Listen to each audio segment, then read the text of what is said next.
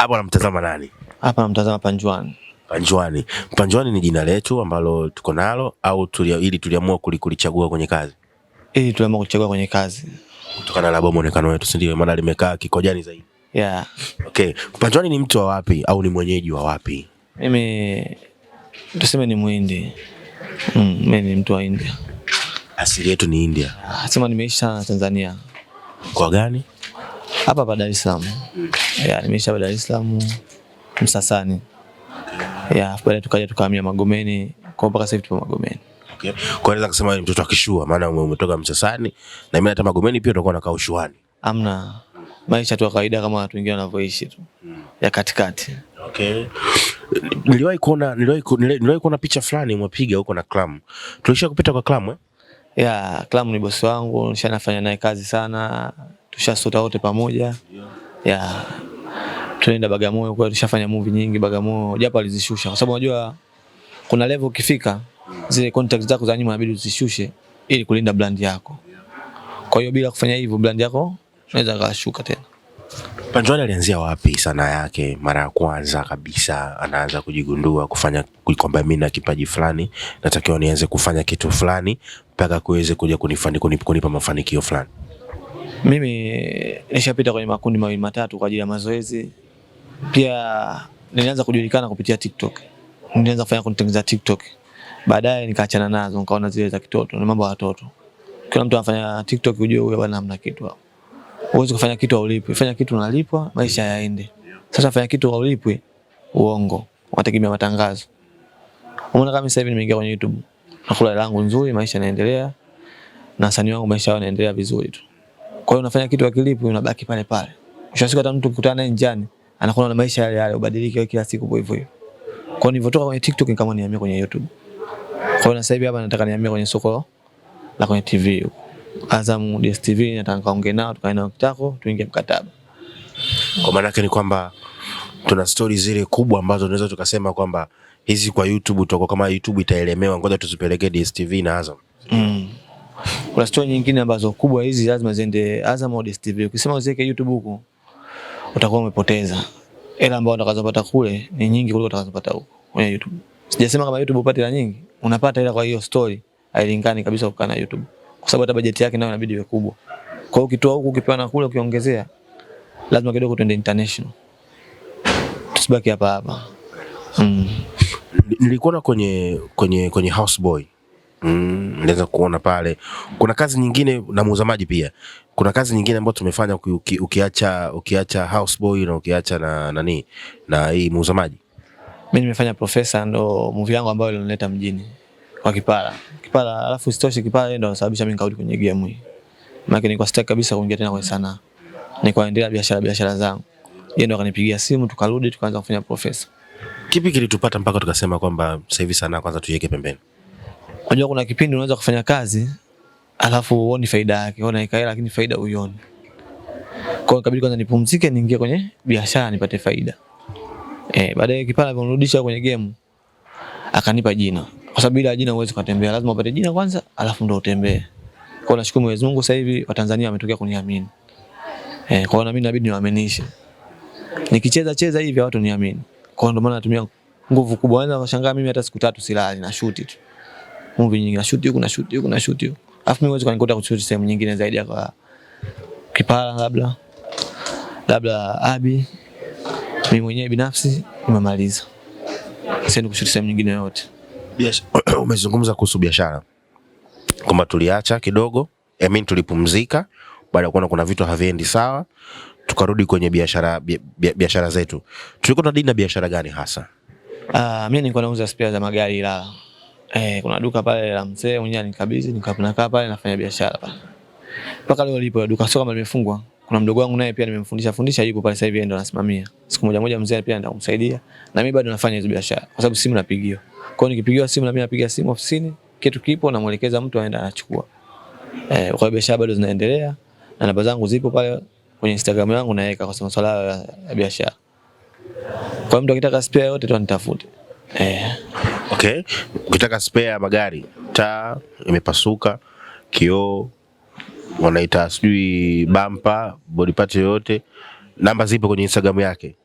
tafuta, chukua, piga, utawasiliana naye, ila sasa usipige namba nje ya hiyo jambo.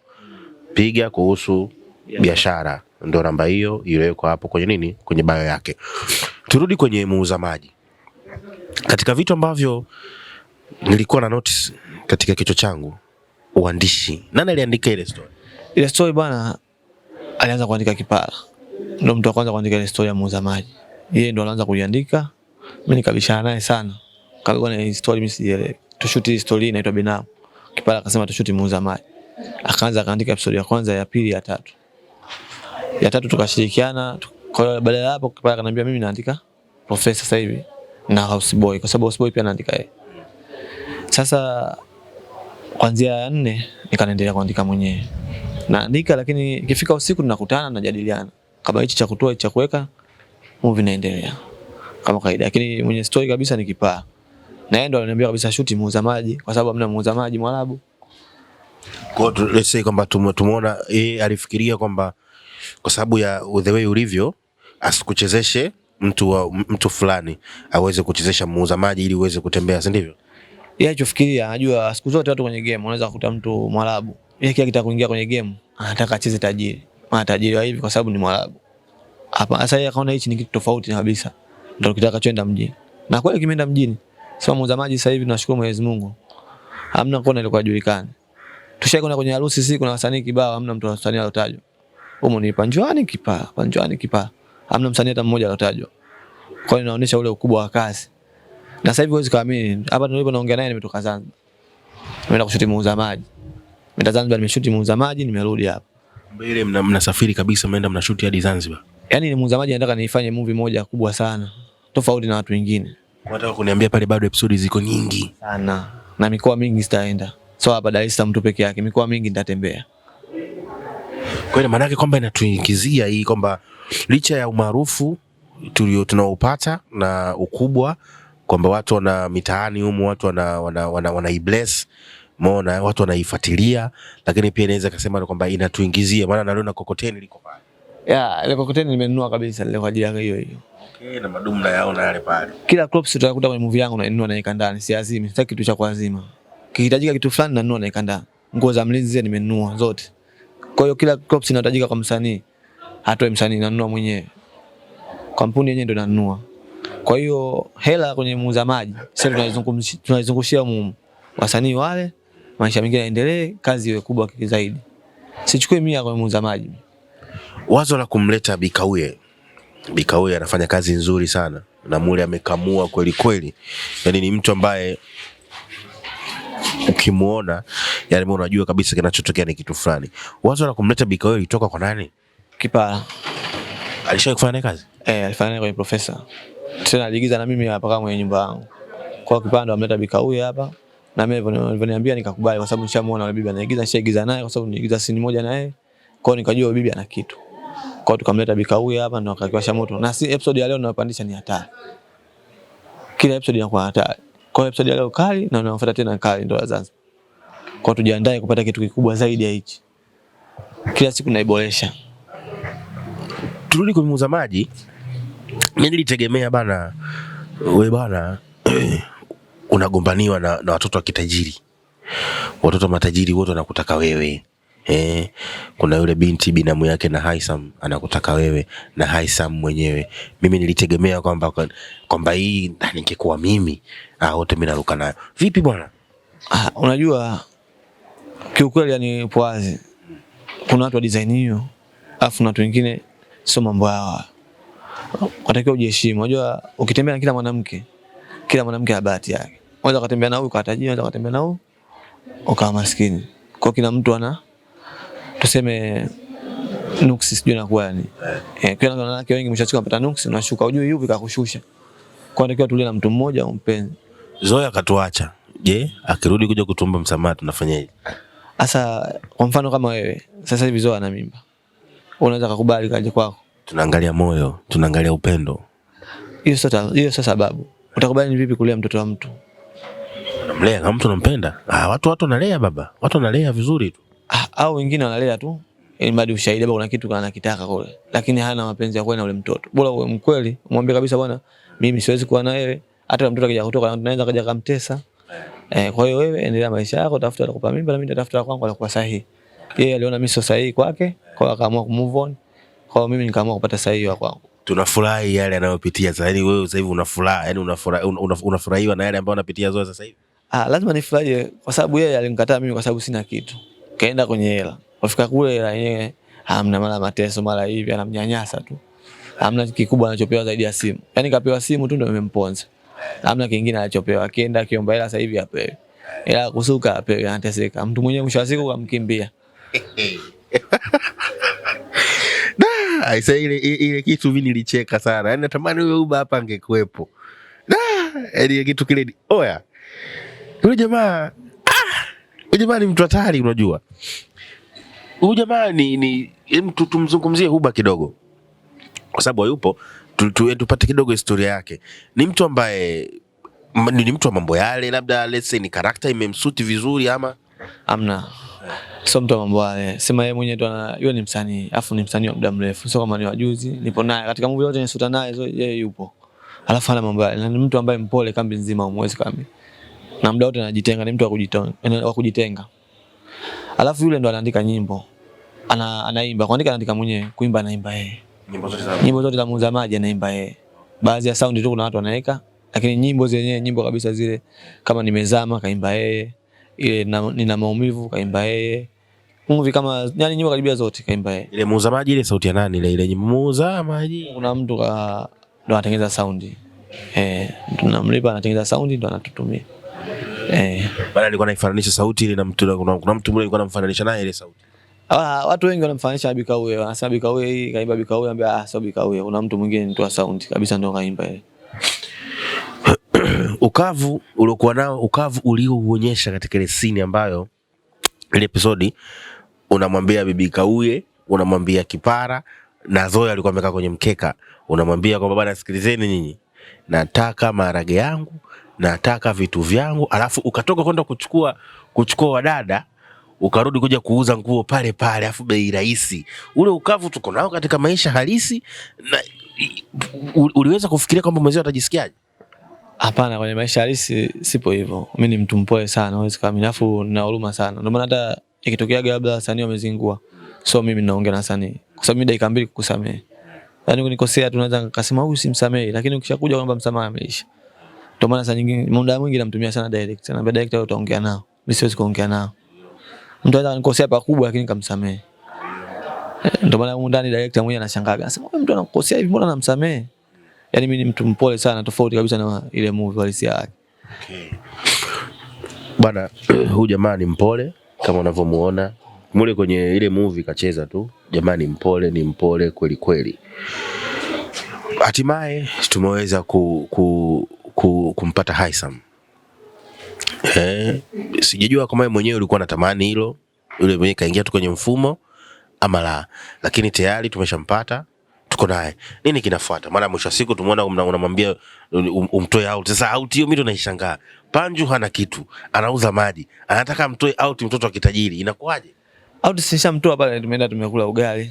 Tumeenda kwenye pale kula ugali. Mimi kaja pale ile bado unajua. Nikaja umepita tu kwenda kula. Pale ni out yangu mimi. Sasa bado out yake. Bado out yake. Nilipomtoa mimi, yeye akaniambia lini utakuwa free? Hii ni kutoa out. Kwa sababu namsubiri yeye mwenyewe binafsi anataka nitoe out. Sasa unahisi out yake itakuwa bora zaidi kuliko yako? Sijajua mwenyewe, ile nategemea itakuwa hivyo. Kwa sababu ni mtoto wa kishua tofauti na mimi. Lala hoi. Sasa hivi jina tunalo na tunatamba nalo. Ukubwa tunao na tunaingiza pesa kabisa kupitia nini? Kupitia Muuza Maji. Vipi mtu mwingine kuacha hizi kazi ambazo umeshaingia nazo mkataba unazicheza, mwingine ambaye amefika anataka kukuchukua kuweza kucheza naye,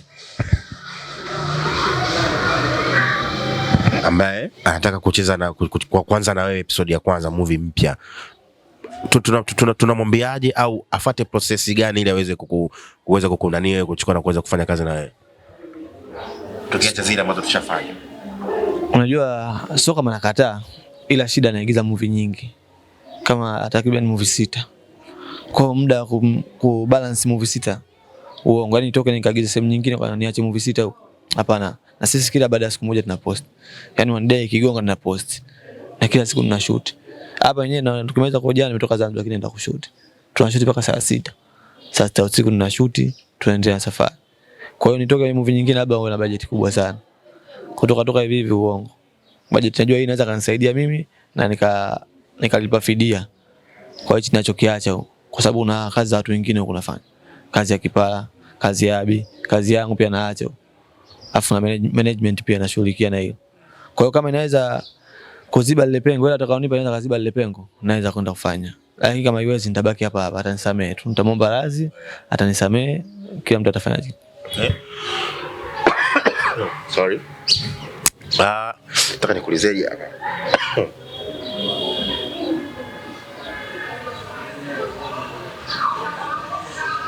Kuna story nyingi.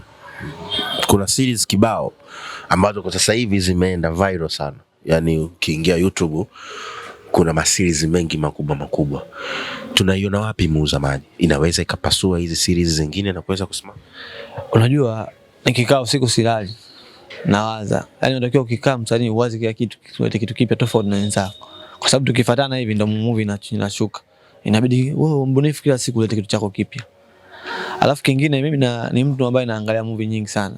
Sibagui. Movie ya mtu yote hata kama ana viewers 2, 3, 10 naangalia.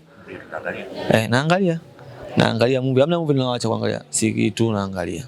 Unaizungumziaje dunia? Nisiwe mnafiki, mimi sipendi kuzungumzia kazi za watu mwenyewe. Lakini wamejitahidi sana hapo vizuri. Wanafanya kazi nzuri, unaangalia unahisia kabisa, unapata hisia.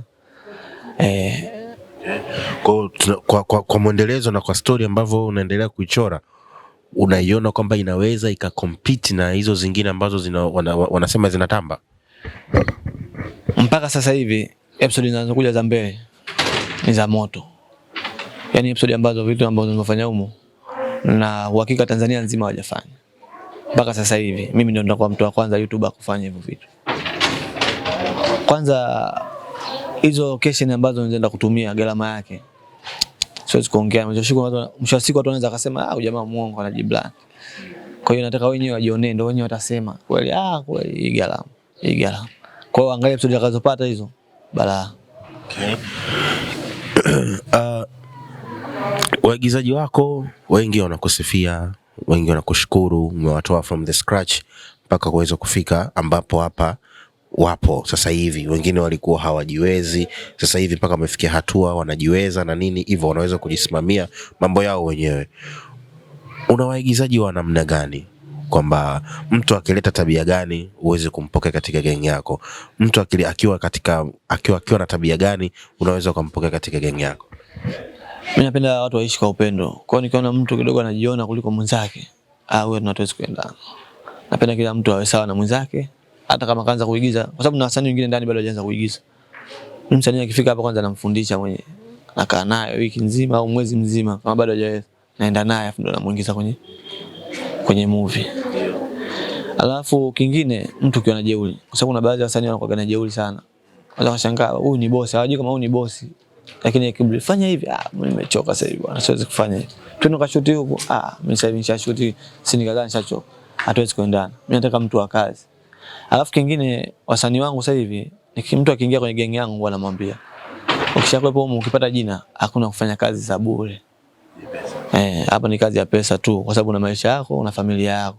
Mwisho wa siku unaonekana barabarani, yule msanii hapa Njuu Gang yule, hana lolote. Uongo. Unatakiwa unapata hela, unalisha familia. Familia inakuangalia, yule ana jina, mbona sioni hela? Au anadhulumiwa. Kumbe anaenda kushuti kazi za watu bure. Wasanii wengi wanapenda sana kunyonya wenzao. Hii swala sio zuri. Ndio maana mimi nimesimamia sana hili swala. Mtu akitaka kushutia msanii wangu lazima amlipe kila scene. Kila scene moja amlipe. Scene moja shilingi ngapi? Siwezi kusema scene moja shilingi ngapi kwa sababu lazima nifuate ofisini, mimi tunakubaliana. Kwa sababu huwezi kumwambia kila mtu bei ya huyu kamwambia huyu. Wewe unaweza kumkuta yupo chini kwa akaunti yake ukamwambia bei ya huyu ambaye akaunti yake ipo juu kabisa inaona analipa. Huyu lazima umsaidie tofauti na huyu. Huyu kabisa maana anaingiza hela nyingi afu umwambie hela ya huyu, uongo. Kwa hiyo lazima umwambie kutokana na mtu mwenyewe maisha yake alivyo na jinsi alivyo, kwa sababu wasanii nataka tusaidiane. Lakini sasa hivi wasanii wengi tunazawauliana. Mtu yule nani? Panjwani anajiona sana yule. Kisa kaenda Muuza Maji tu kaenda. Sasa hivi zalao hamna. Inabidi tusaidiane. Mimi namwangalia mtu mwenyewe anavutaka naenda naye. Sio ninavutaka mimi. Naishi mtu anavutaka naye. Anavutaka yeye mimi ndo naishi. Ila nikiona nimeshinda kuvumilia nakwambia tu blaza, hapa inatosha. kama nimekosea sehemu yote nisamee, acha mimi niende huku naondoka zangu, sina mambo mengi. Kipara ile kudekadeka ile abujubuju ile kudekadeka ile umeichora wewe au alikuja kuichora mwenyewe Kipara? Kipara ni mwandishi mzuri na mbunifu. Kipara kikaa kila siku anabuni kitu kipya. Unaweza kashangaa umekaa hapa, ndio maana mimi saa nyingine nikikaa mwenyewe nawaza. Ukikutana na Kipara, ukilegea na kufunika kila siku. Anaonekana Kipara wewe uonekana. Kwa sababu kila siku Kipara akiamka yeye ana kitu kipya. Yaani leo unaweza kusoma kupiga hesabu yako, kesho nikifika huyu kisha script ishaandikwa hapa, kesho nikifika namfunika. Ukifika kesho unakutana na kitu kingine tofauti na ulichokiwaza wewe. Kwa kila siku Kipara anabuni kitu kingine. Kila kikaya Kipara anabuni kitu kingine. Tunamzungumza vipi Kipara? Ni mtu gani? Ni mtu aina gani? Na urafiki wenu umebond vipi? Kipara ni rafiki yangu mkubwa sana. Sio mnafiki, yani ni mtu ambaye tumekutana muda mrefu sana, na siku ya kwanza kukutana naye ndio siku tumeanzisha urafiki mpaka leo hatujawahi kugombana. Alafu ni mtu mpole sana. Naye pia anaishi na kila mtu kama na mimi. Ndio maana tumeendana. Yaani anaishi mtu anavyotaka, sio anavyotaka yeye. Ukienda kwake anakupokea vizuri, anakusikiliza shida yako, mkishindwana anakuambia mimi siwezi basi. Hana mambo mengi. Sijui kuzungusha, sijui kesho, sijui nini na nini. Yeye anakuambia kitu direct, ananyoka. Ana kona. Kwa ndio maana hata mimi nilimwambia na story yangu akaniambia hiyo achana nao shoot hii. Japo mimi nilikataa mwanzo. Lakini nilikataa. Yeye akaniambia wana shoot hii. Ikabidi nikubali kwa sababu ni bosi wangu pia kipande mwingine. Kwa sababu nilikuwa kwenye profesa kule, tunafanya kazi, kuna hela yangu ananipa nzuri tu natolia. Baadaye nikamfuata nikamwambia kanianzishe gang yangu. Akaniambia kilo safi, fungua gang itakuwa karibu hapa. Kwa hiyo tukafungua karibu huko. Wote tupo sehemu moja. Support wengi sana kuna kubaniana kwenye support. Unakuta labda unafahamu mfano kuna producer fulani labda mkubwa yupo YouTube anafanya ana series yake inaenda. Unaweza kumfuata kwa ajili ya support. Umeona support fulani. Labda bwana nahitaji labda msanii fulani aje kwangu hivi na hivi kusupportiana. Support ikoje kama YouTube ama producers kama nyinyi? Unajua mundani siwezi kuwataja majina, lakini kuna wasanii mundani ilikuwa sio kwangu, ilikuwa na producer wengine. Ila kwa kuwa wameshoot kwangu, wamefukuzwa. Wamekuja kwangu, siwezi kuwataja majina. Maproducer anachuki. Huyu haiwezekani. Huyu juzi tu miezi miwili sasa hivi account imekuwa kubwa. Uongo. Lazima tumnyoshe. Ndio maana mimi katika ukiwa na nyoji siwezi kutaja jina langu, majina yangu matatu. Kwa sababu huwezi kujua kuna wengine wanaenda kufanyaje mambo yao. Kwa hiyo ndio maana jina langu mimi wasitaje hata siku moja. Nitakutaja jina langu la sanaa, ndio akitaka jina langu aje private. Basi. Hapo tena namtajia mtu na mambo mengi. Mimi jina langu alijua Kipara peke yake, umkambi nzima. Kipara peke yake ndio anajua jina langu. Jina langu halisi ndio analijua yeye. Lakini wengine wote wanajua Panjuani. Kwa hiyo kuna wasanii humu wa watu wengine sasa hivi wamekuwa kwangu. Na mimi sikatai. Mtu akishafukuzwa kule blaza, bosi nimefukuzwa hivi na hivi na hivi, mimi sasa hivi ni wa kwako. Ukinikataa ni wewe. Naambia usijali weka hapa. Kwangu na wasanii humu sasa hivi walikuwa sawa kwangu, sasa hivi washakuwa wa kwangu. Ulimchora Tomboy. Umeona? Ulimchora Tomboy kama vile ulivyomchora kama tulivyomuona, kasuti vizuri. Ni mazingira yake ambayo anaishi maisha halisi iko vile au ni vile story ambayo wewe umeichora naye kaisuti vizuri? Yaani siwezi kumuongelea sana, ila mimi kuna clip nilimuona anafanya vile. Ndio nikamchukua, yani moja kwa moja nikamchukua nikamwambia bwana, nimeona anaigiza hivi. Sasa nataka upite hivi hivi kwenye tamthilia yangu. Akaniambia sawa boss, naweza kupita. Nikamwambia hapo sawa. Lakini moja mimi kukana wasanii kufuatilia maisha yao sio sana. Kwa sababu na mambo mengi alafu na shoot kazi nyingi kama ninavyokuambia. Muda wote na shoot. Kama sasa hivi hapa tukimaliza kunioje tutaenda kushoot. Naenda kushoot asubuhi nikirudi ndani. Niandike story ya muuza maji, nianze kwanza huyu nimweke ngoina. Ngona huyu nani alikopo kambi nimwandikie story. Kwa sababu mtu atakayekaa kambi ndio atakayepita. Sio atakayekaa nyumbani nimwandikie story. Hapana, haiwezekani mtu akae kambi kwa muda mrefu. Alafu nyumbani atoke tu aje ashoot, uongo. Ndio maana kuna saa nyingine mtu fulani umuone anakuwa yupo kambi. Yaani ukiona mtu hayupo, unajua yupo kambi. Ukiwepo kambi mimi naona kuandikia schedule. Unapita huyo, unaondoka zako. Kama umeona bonge hapa Chado yupo. Akiwepo kama hivi akija sasa. Mimi namwandikia schedule anapita. Akiondoka na stop. Naandika wengine walokuwepo.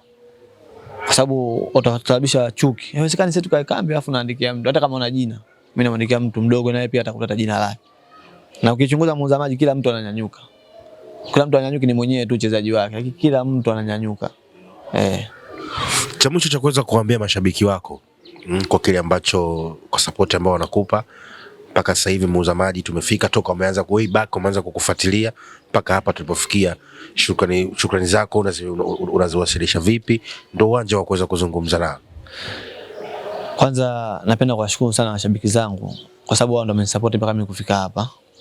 Alafu cha pili, wasikate tamaa kwa sababu kuna game, kuna vita kubwa sana.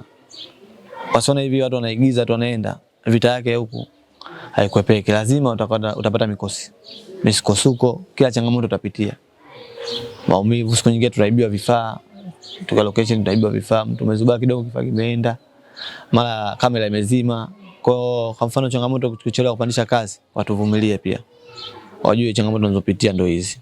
Kamera imezima, mara tumeibiwa kifaa, mara mtu anamuta location hajaja, mara mtu haja location anaumwa, mara baadaye anakuja naye amefika naye kwa location nikaondoka. Kwa nao pia wasanii wana changamoto kwa sababu sisi binadamu hatujakamilika. Kwa hiyo inabidi tuvumiliane. Wakiona tumechelewa kupandisha kazi watuvumilie, wasilalamike sana. Amesema mnapoona kazi zimechelewa basi muweze kuvumilia kutokana na wao ni binadamu na hakuna binadamu ambaye amekamilika. Huyu hapa ni Panjwani. Panjwani Gang, muuza maji wa Kiarabu. Kama hujaweza kuiona muuza maji basi nakushauri nenda kaangalie muuza maji. Unakosa vitu vingi sana unavikosa. Unakosa kumwangalia Panju huyu hapo. Kuna mwingine ndo unamuona hapa, basi nenda kaitizame muuza maji, utaweza kumfahamu vizuri huyu jamaa. Kitu gani, mabala gani aliyoyafanya huko ndani? Kuna unyama mwingi kaufanya huko ndani. Filamu yenyewe ni nzuri, watu wanatizama, warika zote, inatazamika na rika la aina yoyote yule. Unaweza kukaa sebleni ukaitazama.